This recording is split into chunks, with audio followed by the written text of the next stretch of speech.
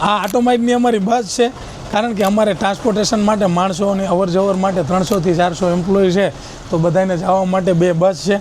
અને અમારે બાપુ ડ્રાઈવર લઈને દરરોજ જતા હોય છે. સવારમાં 7 વાગ્યામાં ઉઠી બધાને લઈ આવે અને બસમાં ભરી અને સાંજે 6 વાગે એટલે બંધ થઈ જાય અને બધા પેસેન્જરને લઈ જતા હોય છે. તો દરરોજના માટે હેરાફેરી કરવા માટે એક ઓટોમાઇટની આ બસ છે.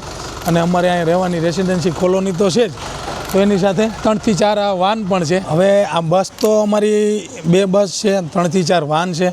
તો કોઈ પણ સિટીમાંથી કે ગામડામાંથી અમારા સ્ટાફ મેમ્બરો આવતા હોય તો એને પણ અમે એટલી સુવિધા આપી છે કે ક્યારેય અગવડ સગવડ ન થાય.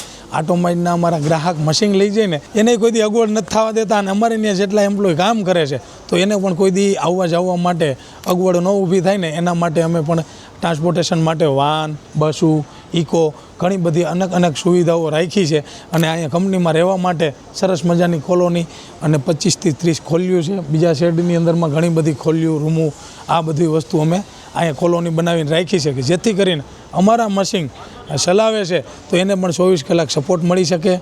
24 કલાક અમારી કંપનીને અમે પણ ગ્રાહકને સપોર્ટ આપી શક્ય હોય તો, કારણ કે અમારા તો 15 થી 20 કન્ટ્રીની અંદરમાં મશીન જતા હોય તો ક્યારેક આપણે અહીંયા નાઇટ હોય તો ત્યાં દી હોય અને ત્યાં દી હોય તો આપણે નાઇટ હોય, તો એને કોમ્યુનિકેશન કરવા માટે અમારે સર્વિસ આપવી જ પડે છે. તો રાત્રે ફોન આવે તો પણ એને જવાબ દેવા પડતા હોય. તો ઓટોમાઇટ એક જ કંપની એવી છે કે 24 કલાક તમને સર્વિસ અલગ અલગ ટાઈમે આપી શકે છે, જે કન્ટ્રી પ્રમાણે.